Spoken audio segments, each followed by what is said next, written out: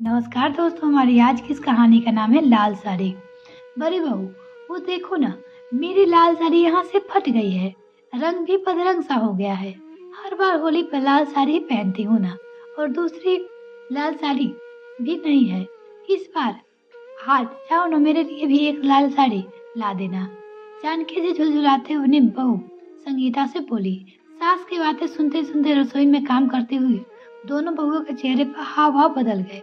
बुदबुदाते हुए बड़ी बहू संगीता अपनी देवरानी जया से बोली, लो, इनको यहाँ लाल साड़ी की परी है और वहाँ ससुर जी खाट पे पड़े हैं। अरे कुछ तो उम्र का लिहाज करे। और लाल साड़ी पहनकर कौन सा ससुर जी को जिला लेगी। हमें तो ये चिंता खाई जा रही है कि पता नहीं इस बार होली का त्योहार सुख संपत्ति से निकलेगा भी या नहीं, और इनको श्रृंगार के पूरे नहीं होते। छोटी बहू जया भी कहा चुप रहने वाली थी। अपनी आदत अनुसार हमेशा की तरह खर्चे के बाद सुनते ही मुंह से निकल पड़े, अरे जीजी, यहाँ घर के खर्चे पूरे नहीं होते और वहाँ एक नए खर्चे की फरमाइश हो रही है। शायद उनके बुदबुदाने की वजह से जानकी जी समझ रही थी। उन्होंने अपनी साड़ी के पल्लू में लाल लकी गांठ खोलते हुए, बहू, ये कुछ पैसे है मेरे पास। इस बार की बुढ़ापा पेंशन आया और मेरे और तेरे ससुर जी के कुछ बच रखे हैं। तीखी नजर से बहुएं उनकी तरफ देखने लगी। ज्यादा देर बहुओं के पास खड़ा होना मुश्किल लग रहा था, इसलिए जल्दी से पल्ले से सारे पैसे निकालकर वहीं रसोई पर रखे मटके के पास रख लिए। दोनों बहुओं की त्यागियां कुछ और ज्यादा ही चढ़ गई। बहुओं की बातें सुनकर जानकी जी का कलेजा जोरों से धड़कने लगा था। आंखें झलझला उठी थी। बहुओं का रोज रोज ऐसा बोलना उन्हें बहुत अखरता था।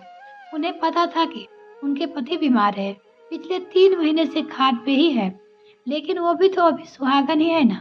जब तक सांस तब तक आस। पति की ऐसी अवस्था देखते देखते जानकी जी केवल एक ढांचा बनकर रह गई थी। हर रोज भगवान से यही दुआ करती कि मेरी उम्र भी इनके लग जाए। उम्र भले ही 70 हो चुकी थी, लेकिन इसका मतलब यह नहीं कि एक दूसरे के प्रति प्रेम और लगाव कम हो गया था। इतने वर्ष साथ गुजरने के बाद ये लगाव तो और भी मजबूत हो गया था, लेकिन शायद इनकी भावनाओं को समझने वाला इस घर में कोई नहीं था, क्योंकि बच्चों को हमेशा यही लगता है कि उम्र हो गई है, एक न एक दिन तो जाना ही है। मृत्यु तो सत्य सत्य ही है, ये सभी को पता है, लेकिन स्वीकारना सभी के लिए मुश्किल है। फिर उस मोह माया का क्या करे जिसमें जन्म के साथ ही इंसान बन जाता है। जानकी जी के जाते ही संगीता ने आगे बढ़कर उसके रखे पैसे उठाए। ओ, 500 रुपये है, पता नहीं कहाँ छिपा के रखे थे। हमेशा कहती है बाबूजी के दवा में लग गए।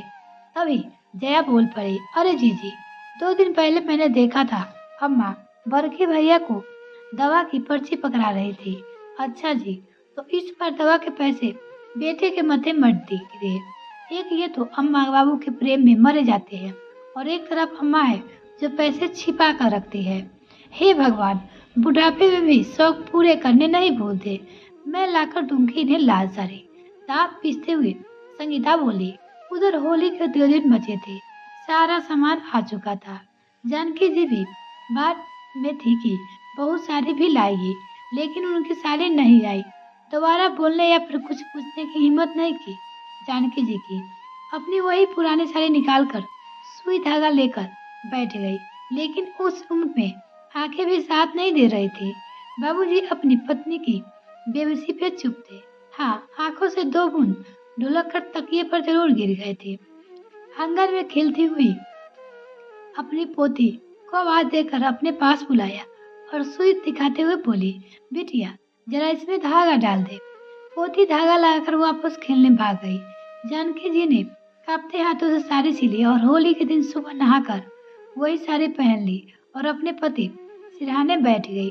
पूजा का वक्त हो चला था, लेकिन अम्मा अभी तक बैठी ही थी। बेटा आया, अम्मा चल पूजा हो रही है। अम्मा, ओ अम्मा, लेकिन अम्मा नहीं बोली। अम्मा सुहागन की बिंदी विदा हो गई हुई है। बाबूजी की आंखों भी खुली खुली किसी पत्थर आ गई है। अब ना जाने किसी को दवा की जरूरत थी और ना साड़ी की।